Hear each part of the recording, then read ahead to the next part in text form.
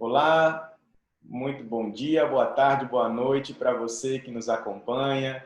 Bem-vinda a mais uma entrevista que pertence justamente ao projeto do ciclo de debates de Direito Médico e Direito à Saúde, realizado pela Comissão Especial de Direito Médico e da Saúde da OAB Bahia. Meu nome é René Viana e atualmente presido a comissão já nominada. E hoje recebo aqui com grande alegria, a comissão recebe com grande alegria a sempre mestre, professora Ana Tereza Meirelles, ela que, inclusive, tenho a honra de dizer, foi minha professora, é minha professora até hoje, sempre pode me transferir muitos ensinamentos, que sou muito grato. E eu preciso aqui, antes de passar a palavra para ela, já deixar claro de quem se trata, da qualidade técnica e profissional que temos aqui à disposição hoje. A professora Ana Tereza Meirelles é pós-doutoranda em Medicina pela Universidade Federal da Bahia, é doutora em Relações Sociais e Novos Direitos também pela Universidade Federal da Bahia, é professora do Programa de Pós-Graduação em Direito da Universidade Católica do Salvador, é professora da UNEB e também da Faculdade Baiana de Direito. Professora Ana Tereza, muito bem-vinda, que satisfação recebê-la. Eu que agradeço, Renê.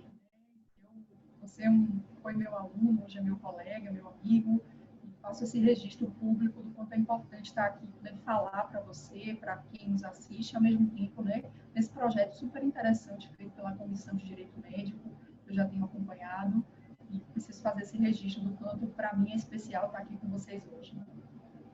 Obrigado, professora, pela disponibilidade. Bom, e hoje a gente vai discutir aqui temas relacionados ao direito médico, à bioética, passeando também um pouquinho pelo direito à saúde. E a professora, ela vai nos brindar essencialmente com a discussão que vai se desenvolver no seguinte sentido, muito mais focado na autonomia e vulnerabilidade na perspectiva da relação médico-paciente. Professora, já para a gente começar, preciso registrar que eu não consigo deixar de mencionar como professora, é a deferência do aluno. Professora, nós ainda temos, assim, por parte do direito, uma certa dificuldade de compreensão do que se trata a autonomia e do que se trata também de vulnerabilidade. Vamos começar por aí? Explica para a gente, por favor. Vamos sim, vamos sim. Geralmente, Renê, a gente percebe, né, que a tendência do raciocínio jurídico é pragmatizar um pouco os elementos e as categorias jurídicas, né? Então, a gente geralmente vai entender que a autonomia ela está posta no direito muito mais a partir do conhecimento dos profissionais por uma noção de capacidade. Quando, na verdade, a gente precisa refazer a compreensão dessa categoria. A autonomia não é capacidade, né? A autonomia é muito mais ampla, envolve outros aspectos que não necessariamente a perspectiva pragmática, normativa do que é, de fato, capacidade. Então, eu acho que o primeiro ponto de partida é a gente pensar que discutir a autonomia não é discutir o raciocínio posto na norma sobre, por exemplo, a teoria das incapacidades. Existem outros elementos, quando a gente vai investigar a autonomia, quando a gente vai entender o que é autonomia, que não se referem à aferição propriamente dita da capacidade. A vulnerabilidade também é outra categoria, né? Ou seja, a categoria de conhecimento que é estudada muito antes do direito. A gente consegue ver que o estudo da vulnerabilidade tem uma dimensão filosófica, tem uma dimensão bioética, tem uma dimensão médica, e que o direito, ele ainda pouco conhece desse sentido de vulnerabilidade originário, né? Então, a gente precisaria pensar que tanto autonomia quanto vulnerabilidade são conceitos que precisam ser redimensionados, melhor compreendidos, mais aprofundados dentro da discussão da área jurídica, dentro da discussão do próprio profissional do direito médico, né, do profissional que está ali advogando, ou do magistrado, do promotor. Por quê? Porque somente a partir da abertura do conhecimento desses conceitos, a gente vai conseguir atingir uma noção mais adequada, aplicando essa noção a partir da ideia da casuística, do caso concreto, da situação concreta. Né? Então, só para a gente conseguir ter um exemplo, não adianta a gente pensar que a noção de capacidade jurídica resolve todos os problemas dentro de uma relação médico-paciente. Né? Eu posso estar diante de um paciente capaz, mas que não necessariamente seja autônomo por conta das suas vulnerabilidades. Então, são conceitos que precisam ser aprofundados, investigados, para que a gente consiga ter uma dimensão um pouco mais adequada, um pouco mais profunda, né? E principalmente levando em consideração muitos casos que vão aparecer com suas características diferentes, com suas dimensões diferentes, né? E nem sempre dá para a gente padronizar todas as relações ou todas as situações. Existem situações que são bastante delicadas e que vão demandar uma investigação maior do profissional do direito, do próprio profissional da medicina, né? Uma atenção ao mesmo tempo do paciente que pode estar em condição de múltiplas vulnerabilidades, por exemplo. Então, eu acho que esses dois primeiros elementos, eles precisam dessa reconfiguração.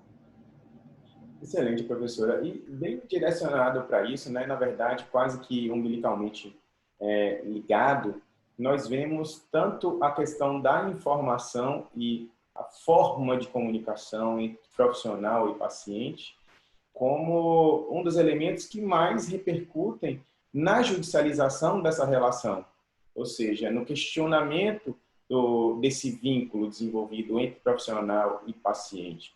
Como é que a gente pode tratar desse elemento informação para, sobretudo, aprimorar a comunicação existente entre esse profissional e o paciente? E uma das coisas, professora, que me chama a atenção é justamente que nós fazemos parte de uma nação que ainda sofre com um pouquíssimo desenvolvimento cultural. Nós fazemos parte realmente de um segmento privilegiado, de uma parte da população privilegiada que tem acesso a conhecimento, acesso à cultura diferenciada.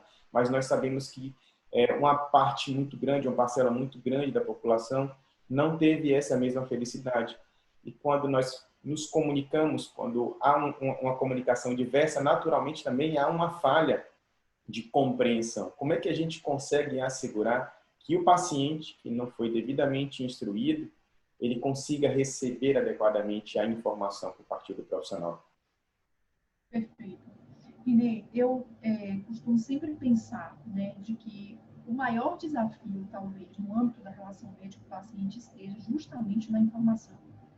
Por quê? Porque a informação, ela parte de elementos que são subjetivos, né? E lidar sempre com a subjetividade é algo que não é muito fácil para nenhum ser humano.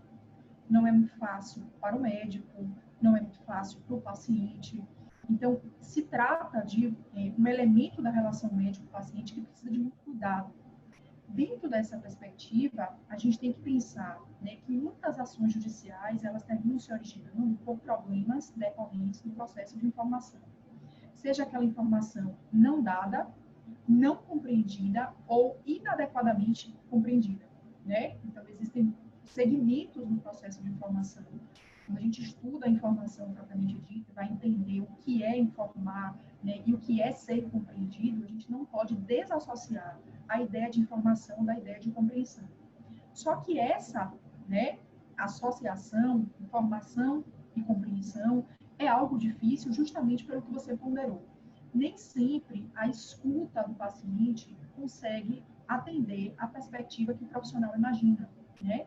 Então, o profissional, às vezes, informa, ele faz o seu papel de informação, ele cumpre o seu dever, só que o paciente não compreende. E ele não compreende por uma série de possibilidades. Ele pode não compreender por várias vulnerabilidades que são características dele. Então, por exemplo, o paciente não compreende determinado procedimento cirúrgico, as consequências, os possíveis efeitos dessa cirurgia. Inclusive, ele também não compreende, às vezes, quais são as consequências e os resultados de não fazer a cirurgia, né? Então, eu sempre costumo dizer que a lógica da informação precisa ter sempre um outro lado, que não seria apenas o cumprimento do dever de informar, mas, ao mesmo tempo, o cuidado em ser compreendido. A gente sempre tem que pensar, né, que a compreensão é o estágio adequado da informação. E eu tenho falado muito sobre essa ideia, né, de que há muito tempo atrás, a gente sabe, né, na perspectiva da construção da relação médico-paciente, talvez nem há tanto tempo assim, a gente pode perceber que o próprio termo de consentimento, né, livre, esclarecido, devidamente informado, o termo em si, ele relata, em algumas circunstâncias, um procedimento e uma postura formal, né? Quando, na verdade, o conteúdo do termo precisa ser sempre dialogado, precisa de diálogo, precisa de compreensão, precisa de entendimento. Tecnicamente, não é todo mundo que entende com facilidade as dimensões de um processo cirúrgico, as dimensões de um tratamento, né, de um tratamento mais invasivo, de um tratamento de determinado protocolo terapêutico mais complexo. Então, somente através do diálogo e não pela assinatura apenas do termo, a gente vai conseguir chegar a algum nível de compreensão. Uma vez até me perguntaram, Ana, nem sempre o paciente compreende, mas a gente tem várias possibilidades para isso, né? A gente tem o diálogo, a gente tem uma pessoa de confiança do paciente que pode auxiliar no próprio processo de compreensão, e a gente tem aí a própria dinâmica dessa relação médico-paciente, que não precisa ser hermética, não precisa ser construída apenas pela perspectiva da assinatura de um termo, pela perspectiva formal do procedimento. Então, eu acho que esse grande ponto da informação nos traz, talvez, uma nova conformação, um paradigma novo dentro da relação médico-paciente. Não basta informar, eu preciso ser compreendido, né? E para eu realmente conseguir entender se estou sendo compreendido, por exemplo, enquanto profissional da medicina, enquanto profissional da saúde, eu preciso atentar para possíveis vulnerabilidades, né? Para a ideia de que aquele paciente que está diante de mim pode ser, de fato, um paciente que acumule vulnerabilidades, né? Que tenha características, que tenha experiência de vida complexa, e que isso venha a obstar uma compreensão adequada de alguns elementos que são fundamentais para que essa relação não gere problemas adiante, para que não gere demandas judiciais. A gente sempre trabalha na perspectiva da informação pelo gerenciamento de riscos, né?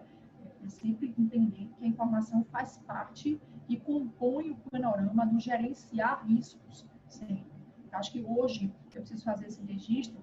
Os profissionais da medicina estão muito, né, atentos e compromissados com isso, de gerenciar os riscos da relação com o paciente, em serem verdadeiros, em serem cuidadosos. Então, eu acho que a gente salta, né, dá um salto aí para uma dimensão mais adequada dessa ideia da informação, que não seria puramente a informação, mas também a compreensão. Bom, inclusive, lhe ouvir me fez lembrar de algo que já disse algumas vezes, mas eu preciso primeiro fazer um registro necessário. Primeiro é a felicidade de ver medicina e direito estreitando os laços cada vez mais, quando partimos conjuntamente para estudar e debater os dilemas da relação entre profissional da medicina e paciente, justamente com o objetivo de atingir a finalidade, a essência do direito, que é pacificar as relações, ou seja, de fazer com que essa relação seja o mais pacífica possível. E justamente dentro dessa ótica de percepção, eu não consigo não trazer como exemplo isso que eu costumo falar sempre, professora, quando nós desenvolvemos diálogos com profissionais da medicina. Se nós utilizássemos o vocabulário essencialmente jurídico, como é da nossa habitualidade, certamente eles teriam dificuldade de compreender a nossa linguagem. O mesmo deve se dar com relação ao paciente. Se o profissional da medicina adota um vocabulário essencialmente técnico da medicina, dificilmente o paciente conseguirá compreender. Então, a utilização de vocabulários que permitam a compreensão é indispensável, e a senhora falou maravilhosamente bem sobre isso. Mas dentro ainda dessa perspectiva da vulnerabilidade, não são só os pacientes que são vulneráveis, os profissionais também são vulneráveis, não é isso, professora? Perfeito. Eu queria fazer esse registro que você fez em relação à ideia da linguagem, né, primeiramente, para lhe dizer que a linguagem é um mecanismo de construção da informação, né? Então, eu tenho que me preocupar com a linguagem, com a adequação da própria linguagem que eu estou usando. Acho que essa relação entre direito e medicina, se a gente for observar, né, direito e medicina são duas áreas muito técnicas, que possuem linguagens específicas, que possuem discursos específicos. Então, são duas áreas que tendem a um discurso técnico. Então, nós falamos de maneira técnica porque nós usamos expressões e conceitos que são da nossa área, e que nasceram na perspectiva técnica. Dentro da relação médico-paciente, a gente vai ter a necessidade de repensar o uso de pressupostos, conceitos extremamente técnicos, para que essa compreensão seja adequadamente alcançada. Eu acho que hoje, a gente percebe, né, a preocupação de muitos médicos com isso, até a maneira com que se posicionam, com que falam, como você disse, a gente está numa posição privilegiada, conhecer, inclusive, muito da área médica, do direito médico, enfim, mas, de uma maneira geral, eu vejo que essa é uma postura interessante, uma postura atual dos profissionais da medicina, eles têm essa preocupação de serem adequadamente compreendidos. Então, eu acho que a gente consegue, né, pensar nessa linguagem a partir de uma tomada de consciência de que a linguagem é o mecanismo que eu tenho de ser adequadamente compreendido. E sobre a perspectiva das vulnerabilidades, eu oportunamente já inclusive falei sobre isso, tradicionalmente a gente pode pensar, né, que o direito pouco conhece de vulnerabilidades. Eu acho que ele ainda precisa amadurecer e entender que vulnerabilidades, elas são múltiplas, elas podem se sobrepor, né? Elas podem tornar um processo de decisão extremamente complexo, porque se você não tem condição de autonomia, isso está vinculado a alguma perspectiva relacionada a alguma vulnerabilidade. E a vulnerabilidade não é apenas física, ela não é apenas profissional, né? Ela não é situacional, ela vai envolver aspectos sociais, econômicos, educacionais, uma série de coisas que podem se sobrepor. Então, diante disso, a gente pode perceber, né, que a condição de vulnerabilidade é sempre uma condição que leva em consideração a ideia de que somos todos vulneráveis, simplesmente por sermos humanos. Então, esse é o primeiro patamar de vulnerabilidade numa dimensão filosófica é essa, né? Todos os seres humanos são vulneráveis. Depois, a gente vai preenchendo outras camadas de vulnerabilidade de acordo com as nossas vivências, experiências, características, com tudo que a gente teve acesso na vida.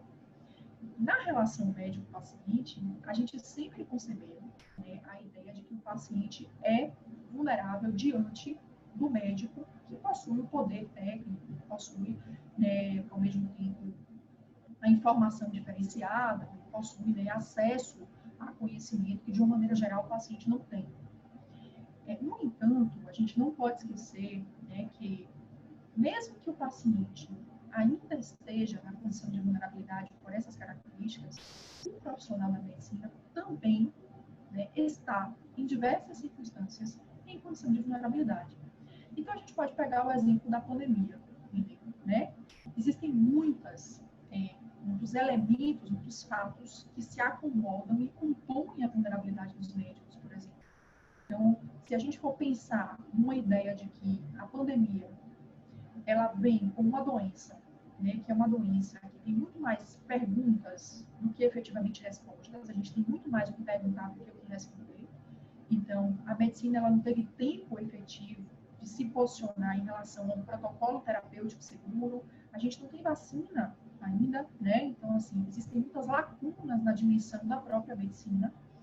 Isso potencializa a vulnerabilidade dos médicos. O fato da gente não ter um protocolo seguro estabelecido, que é o paradigma geralmente dominante, né? A gente saber tratar uma doença.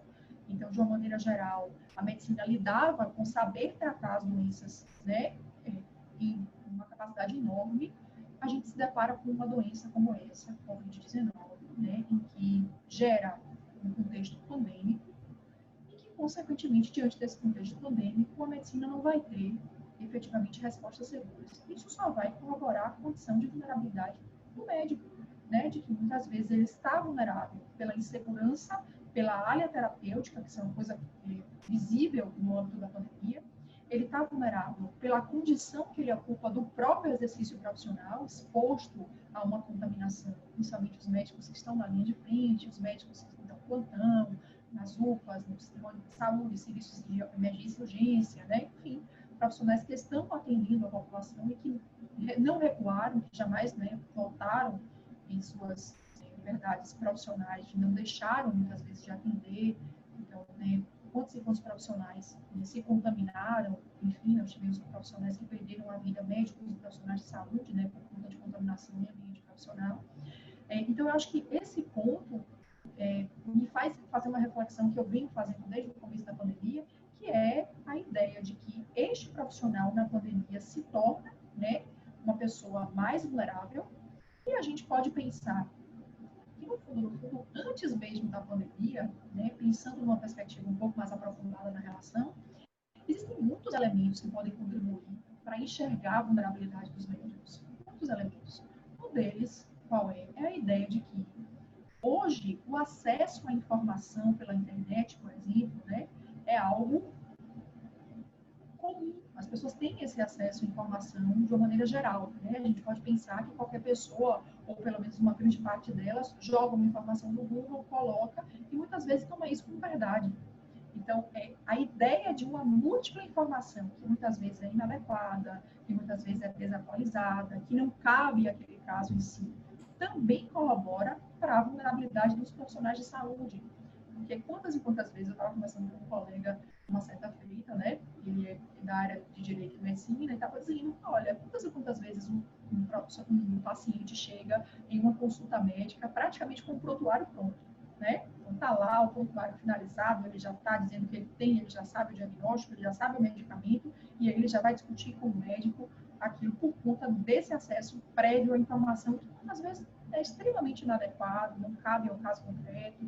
Então, eu acho que a gente precisa, nessa dimensão, como eu tenho dito, entender que a vulnerabilidade, ela hoje é uma categoria humana, né? Ela pertence à esfera do paciente, mas ela também pertence à esfera do médico.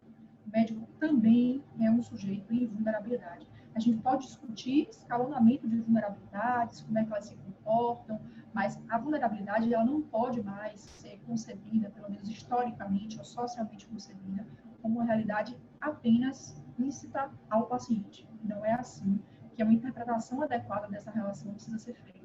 Né? Quantos profissionais hoje se sentem vulneráveis, né, por conta desse panorama da Covid, da pandemia, ou até mesmo por conta de outras situações que podem envolver o exercício da medicina. Não há como não enxergar a vulnerabilidade, uma análise da vulnerabilidade, não é, professora? Se não for sob a perspectiva do princípio fundamental da dignidade da pessoa humana. Há uma ligação muito estreita entre ambos. Acho que é justamente enxergar a vulnerabilidade é você reconhecer que o outro ele possuirá suas fragilidades. E a partir disso, e considerando-as, é que deve se desenvolver a análise do caso em si, né? A análise dos fatos em si. Sem dúvidas, fundamental. Mas, professora, nós já falamos sobre vulnerabilidade, nós já falamos sobre autonomia, nós falamos sobre a informação, a importância da informação, sobretudo na construção da comunicação, na relação médico-paciente. Mas a gente também precisa compreender quais são as formas de exercício dessa autonomia. Como é que a gente pode explicar isso para o nosso espectador? Dentro da perspectiva da autonomia, né, se a gente for estudar mesmo a autonomia propriamente dita, a gente não vai poder desassociar, né, o estudo da autonomia dentro do direito da verificação das capacidades, ou seja, né, da ideia de se uma pessoa é capaz ou se ela não é. Só que o grande problema disso, é que se a gente esgota a discussão sobre a autonomia na capacidade, a gente não chega em outros elementos que a capacidade não cobre. Então, eu uso sempre o exemplo da relação médico-paciente. Vamos lá. Então, eu sou uma médica, eu estou diante de você, Nelly, que é o meu paciente. Eu vejo que você é uma pessoa capaz. Né? Você é capaz, não há nenhum outro elemento que consiga destruir a sua dimensão de capacidade segundo a teoria das incapacidades. Só que existem elementos que podem estar associados à sua condição humana, que, mesmo a gente entendendo que você é uma pessoa capaz, pertence à esfera da autonomia. E aí são os elementos subjetivos. É aquela pessoa que muitas vezes não teve acesso à educação, é a pessoa que tem algum problema, né, no âmbito da sua família, no âmbito pessoal, que impede uma adequada compreensão dos fatos, né? É uma pessoa que tem questões relacionadas à falta de emprego, né, questões sociais que impediram um adequado desenvolvimento do seu direito à saúde. Então, a gente só consegue atingir a dimensão adequada da autonomia se a gente entender que não adianta pensar apenas na capacidade como sendo o único vetor responsável por avaliar a legitimidade de uma decisão que possa ser concebida como autônoma. Né? E aí a gente pode usar o exemplo da bioética principialista, que é uma das matrizes da bioética, são múltiplas matrizes, que vem estudando a autonomia a partir de 3 modelos distintos, justamente para começar a entender que essa autonomia tem que estar vinculada a uma série de elementos, como, por exemplo, intenção, compreensão dos fatos, né? Liberdade de influência. Então, eu não posso estar influenciado pelas minhas dimensões existenciais que limitam a minha compreensão para que eu possa estar diante de um sujeito autônomo, né?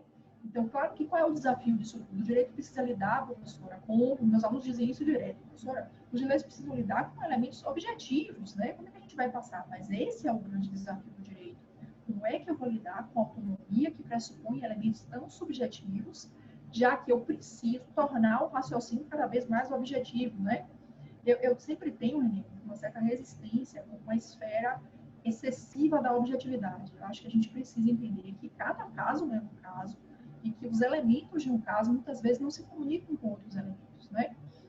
Então, eu acho que a autonomia nos dá exatamente essa noção de que eu não posso conceber a autonomia como um pressuposto geral, né, que todo mundo tem simplesmente porque é capaz. Porque eu posso ter elementos tão subjetivos da minha existência que vão atingir em cheio essa autonomia. Então, dentro da relação médico-paciente, a gente vai ter, por exemplo, os modelos bioéticos de autonomia, a chamada autonomia pura, né, que é aquela autonomia que o próprio sujeito consegue exercer, ele tem intenção, ele tem compreensão, ele tem liberdade de qualquer outra influência, ele está ali isento, que é o modelo ideal de autonomia, é esse, né? Nem sempre a gente atinge esse modelo ideal. A gente vai ter autonomia substituta, que é o que a gente conhece como representação legal no direito, né? Ou seja, alguém exerce por alguém alguma autonomia, porque aquela autonomia pura não pode ser exercida. E a gente ainda vai ter um outro modelo de autonomia, que muitas vezes vem superado, né, na perspectiva de uma medicina não mais paternalista, que seria a autonomia dos melhores interesses, que é geralmente a atuação do profissional da medicina ali, né, direcionando e tentando determinar o que seria melhor em si para o paciente, independentemente de uma esfera de outras autonomias que possam existir concomitantes. A gente sabe que esse terceiro modelo, ele é um modelo que vem cada vez mais sendo, né, desconstruído, porque a gente sabe que existe uma tendência a superar a medicina paternalista, mas eu não acho que a gente tenha que anular a perspectiva de atuação do médico no contexto dos protocolos terapêuticos, até porque ele precisa ser auxiliar ao exercício da autonomia pura do paciente, né? Ele precisa, e aí vem aquela relevância da informação, ele precisa auxiliar, ele precisa dar exatamente a dimensão ao paciente de tudo aquilo que ele é necessário para que ele compreenda realmente, possa tomar uma decisão, possa refutar um tratamento, possa decidir, por exemplo, né, sobre tratamento X, tratamento Y, sobre cirurgia ou não. E a gente ele só consegue perceber que esse paciente ele vai agir de maneira adequada se o médico for partícipe desse processo, né?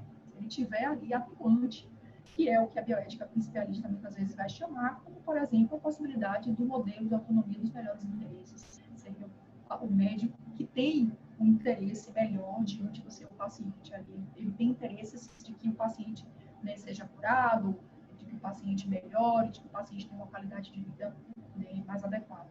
Então, eu acho que a gente tem que, no direito, entender que a autonomia vai ter variantes subjetivas, né, que vem da bioética. Eu sempre digo que precisamos investigar mais a autonomia, não do ponto de vista dogmático, mas do ponto de vista filosófico e ético, porque quem embasa a dogmática é a filosofia, é a ética, né? E são elementos que não são muito óbvios, que precisam de diálogo, precisam de conversa, que a gente não vai encontrar só na letra pura da lei, por exemplo. Então, por isso, eu acho que essa reconformação da ideia de autonomia é bem-vinda, é necessária. A gente vê alguns trabalhos, né, sendo publicados nesse sentido, algumas discussões que são importantes de professores que já estudam autonomia na dogmática, mas que abrem a essa perspectiva, por exemplo, alguns professores de Minas, né, lá de Minas Gerais, que eu tenho contato, já estudam a autonomia a partir dessa dimensão um pouco mais aprofundada, que não seja apenas aquela velha noção que a gente tem de capacidade, ou do que põe a norma ali na teoria das incapacidades para resolver um problema que a gente vê que não é tão simples, né, de resolver assim. Professora, acho perfeito. Não há como conceber o aprimoramento da relação médico-paciente se não houver também um estreitamento nessa relação no que diz respeito à transmissão da informação. Então, o paciente, ele de fato, ele precisa estar munido de todas as informações. O médico exerce um papel fundamental, ele é quem é o orientador da terapêutica que vai ser desenvolvida, para de fato proteger o melhor interesse, esclarecendo o paciente, para que passe com linguagem clara, para que ele possa compreender tudo aquilo que será necessário para a recuperação da sua saúde. Mas não tem um condão de impor. O paciente, ele refletindo conjuntamente com o médico e assimilando aquela orientação, acreditando, estreitando ainda mais essa relação, ele vai decidir se submeter ao procedimento. Acho que essa é a essência, me corrija se estiver equivocado, mas da relação entre profissional e paciente.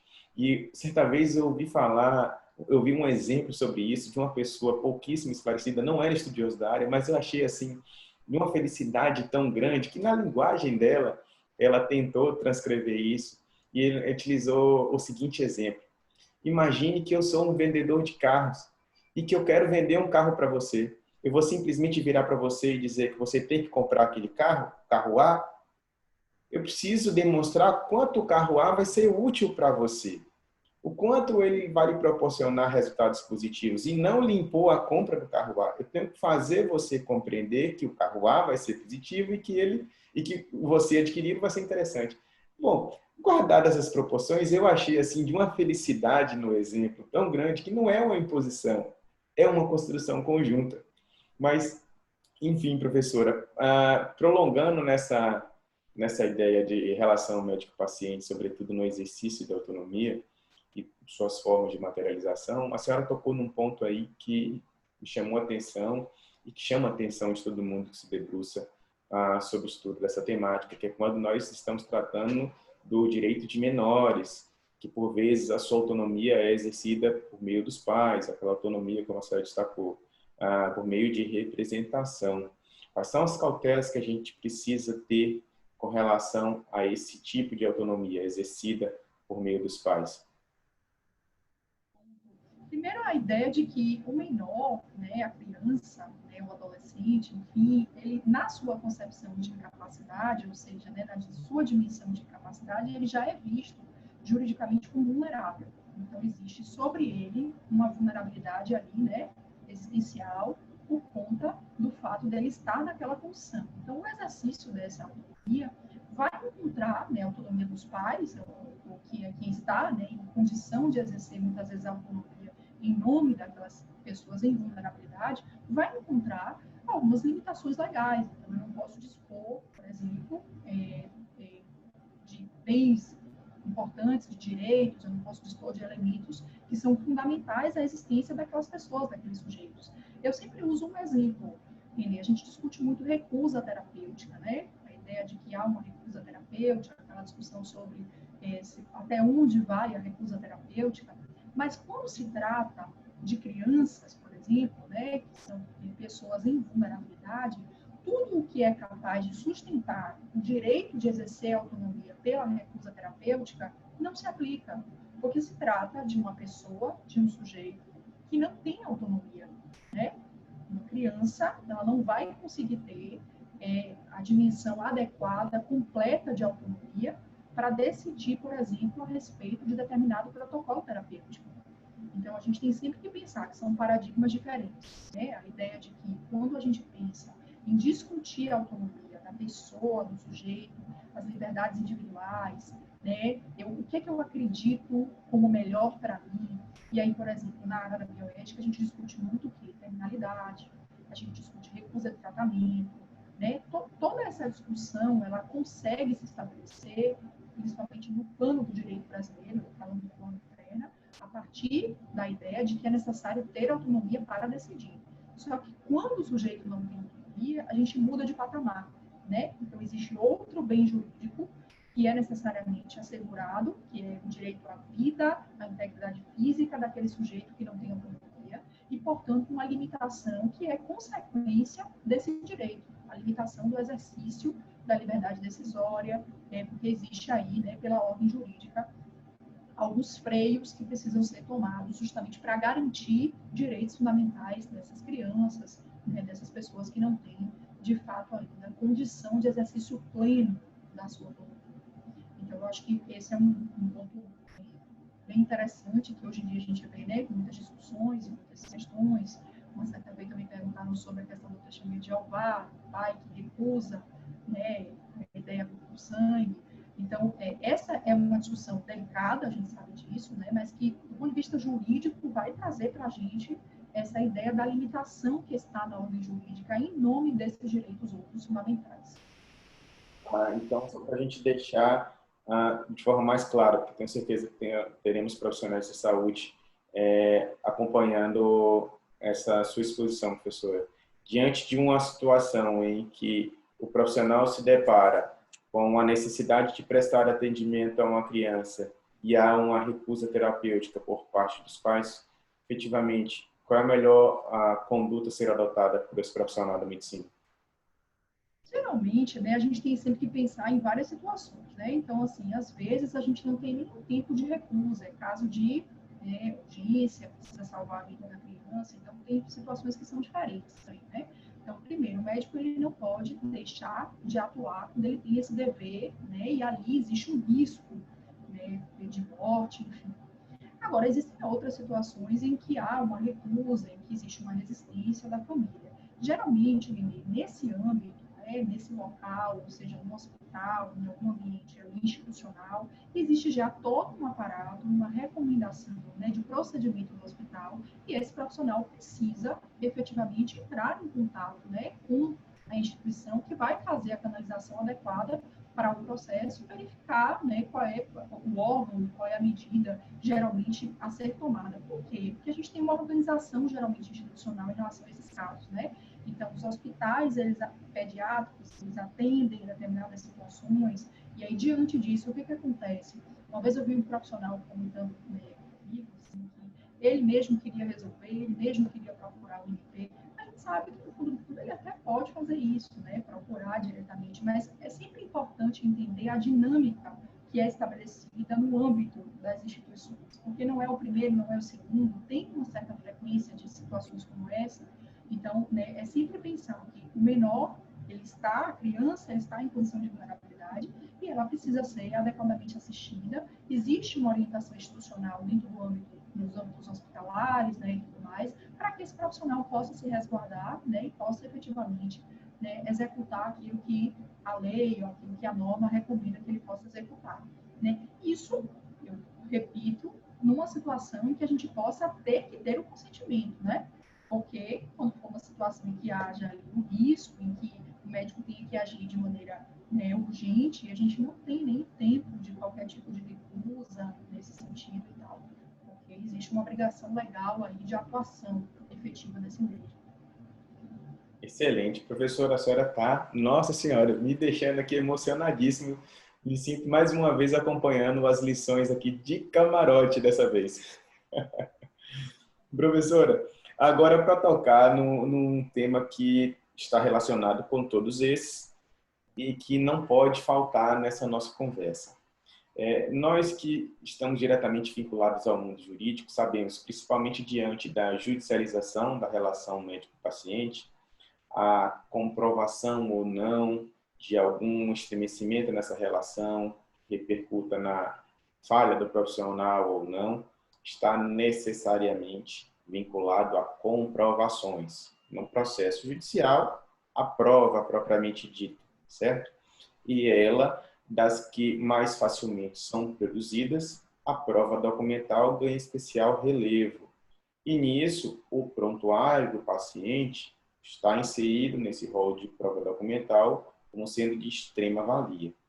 Para a comprovação da autonomia livremente expressada, compreendida, assimilada, como é que ela deve constar no prontuário? Como é que deve ser o consentimento do paciente? Tá.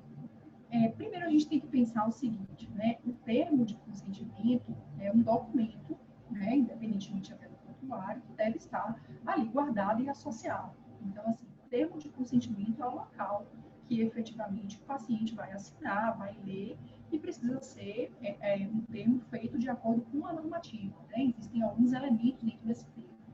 Então, são discussões um pouco diferentes, né? O acesso ao prontuário envolve outras informações e a perspectiva da autonomia do paciente, que é se ele assinou, né, se ele realmente ali aderiu a efetivamente aquele protocolo sugerido, está geralmente no termo de consentimento. Então, esse termo de consentimento é onde a gente vai aferir a condição de autonomia do paciente. Mas, a gente sabe também que nem sempre o termo ele vai conseguir demonstrar, ele vai conseguir apontar, né, com legitimidade ou com talvez as minúcias que é necessário a gente pensar, como foi esse processo de compreensão dessa informação que gerou o exercício da decisão, né? Por quê? Porque geralmente o termo ele é um elemento formal, ele é um documento escrito. Então, assim, já me perguntaram sobre, existem recomendações para que a gente possa pensar no termo? Existem recomendações, né? Mas eu acho que a principal recomendação, além de um termo adequadamente escrito, feito, adequadamente ponderado, é que esse diálogo seja um diálogo adequado, um diálogo que vai gerar a assinatura do termo. Não seria simplesmente assinar o termo de consentimento, né? Principalmente, se a gente for pensar em cirurgias com mais risco, né, em tratamentos mais arriscados, que têm efeitos colaterais, né? Você vai ter, por exemplo, situações em que podem existir danos iatrogênicos, em que isso precisa ser devidamente informado, porque a iatrogenia é uma lesão ou um tipo de produção de resultado que demanda a necessidade de previsão. Então, o paciente precisa ser informado sobre isso. Eu estava recentemente discutindo essa ideia da informação na iatrogenia. Então, é necessário saber disso, e isso precisa estar reduzido ao termo, né? Precisa estar posto com um documento importante que vai comprovar o exercício em si dessa autonomia. Eu acho que o que a gente tem que pensar muitas vezes é que quanto mais a gente consegue dialogar, né, consegue estabelecer uma dinâmica de diálogo entre médico e paciente próxima, uma dinâmica, né, em que não se pense em materializar apenas o termo de consentimento como documento obrigatório formal, menos riscos a gente tem no âmbito da relação. Óbvio que não existem garantias, né? A gente pode pensar aí que pode gerar, independentemente de qualquer coisa, pode gerar, né, algum tipo de demanda judicial futura, nunca se sabe, né? Até porque nem sempre a demanda judicial ela vem de uma perspectiva de razoabilidade, ela pode vir em uma das partes ou, né, às vezes o paciente achando que teria, enfim, aquele determinado direito. Mas eu acho que dá para a gente poder repensar sempre a dinâmica das ações judiciais, começando por esse exercício da autonomia que demanda a informação, né? E a informação adequada e compreendida. Não adianta apenas a informação pura, simplesmente dita. Professora, eu tenho certeza que profissionais do mundo jurídico e da medicina sairão aqui depois de assistir a essa belíssima aula, muito mais seguros para o desenvolvimento de suas atividades profissionais, porque, assim, repito, de uma riqueza magnífica. Lamento que a gente já está se aproximando do nosso horário final, para que a gente tenha, atenda aos limites de publicação, né? A gente, fazendo parte de uma instituição como a AB, a gente tem que lançar a mão dos maiores recursos possíveis que não demandem onerosidade para a instituição. Então, para a gente atender também um pouquinho do que o YouTube disponibiliza para a gente gratuitamente, a gente tem que colocar essas entrevistas lá, atendendo a certos parâmetros. Mas, professora, queria que você, por favor, fizesse as considerações finais, o que acha que faltou aqui nesse nosso bate-papo e os registros que achar necessários. Perfeito, Renê. Eu queria apenas deixar uma reflexão, né, a respeito de coisas que a gente vem estudando no âmbito do direito médico, e principalmente por estar vinculado a uma das linhas de pesquisa que eu estudo, né, que é a ideia de que a gente precisa entender esse senso de dignidade da pessoa humana, que é talvez o conceito mais difícil do direito, né, é um conceito plúrico, ele não é uníssono, ele tem várias características que são, né, relativas, e sempre pensando que os elementos da dignidade da pessoa humana, eles precisam ser preenchidos a partir das perspectivas subjetivas. O que para mim pode ser uma decisão que afeta a minha dignidade, pode não ser para você. Né? Então, a gente tem que levar essa realidade para a relação médico-paciente, né? Agir de maneira a exercer a alteridade. E o que seria a alteridade? É, na verdade, eu olhar para o outro e entender que ali não existe eu, existe o outro. E o outro tem características que não são as minhas. Então, eu não posso impor ao outro o meu conceito de dignidade. Né? Eu não posso impor ao outro a minha visão e a minha carga valorativa diante da existência da vida. Então, eu acho que o que falta, talvez, né, nessa reflexão das relações sociais em geral hoje, né, em qualquer relação, é a gente entender que diante de nós existe uma outra pessoa, né, com características, com valores, com dimensões que não se comunicam às vezes com as nossas, e que eu acho que esse seria um caminho interessante para que a gente pudesse diminuir os conflitos, que a gente pudesse gerenciar mais os riscos de algumas relações e, né, ao mesmo tempo, sermos cordiais, sermos gentis. Eu acho que é sempre uma boa via. Queria te agradecer, né, por esse convite, dizer que, para mim, foi muito especial estar aqui com você, gosto demais de você, admiro seu trabalho, né, junto à comissão, inclusive como advogado, e dizer que estou sempre à disposição. Professora, muito obrigado pela disponibilidade. Mais uma vez, satisfação imensa recebê-la. Ainda bem que finalmente conseguimos gravar essa entrevista. Precisávamos ter registrado aqui sua contribuição. Você, professora, que é assim, uma das maiores referências que nós temos, assim, uma grande estudiosa dessa temática e que tão gentilmente transmite esse conhecimento para todos nós. Então, fica aqui o meu agradecimento também. Não só, não vou dizer ex-aluno, porque para mim continuo sendo um aluno, estou sempre aprendendo, mas também em nome da comissão e, claro, devidamente através da OAB, agradecendo mais uma vez sua participação, sua contribuição. A vocês, nossos espectadores, espero que tenham ficado tão satisfeitos quanto fiquei de poder acompanhar aqui de camarote essa belíssima exposição da professora Ana Tereza. Dizer que continuem acompanhando nossa programação, não só aqui no canal no YouTube, mas também através do Instagram da Comissão Especial de Direito Médico e da Saúde, porque lá constantemente divulgamos uma série de programações, tanto aquelas desenvolvidas ao vivo quanto aquelas que podem ser acompanhadas por streaming, né, esses serviços de disponibilidade, como o YouTube ou até mesmo no IGTV. Eu estou aprendendo, professor, um bocado dessas siglas aí, no IGTV, no perfil da comissão no Instagram. Então, para quem quiser acompanhar, segue lá no Instagram, Comissão Direito Médico e Saúde, e aí vocês vão achar o perfil da Comissão Especial de Direito Médico da Saúde da OAB Bahia, tá bom?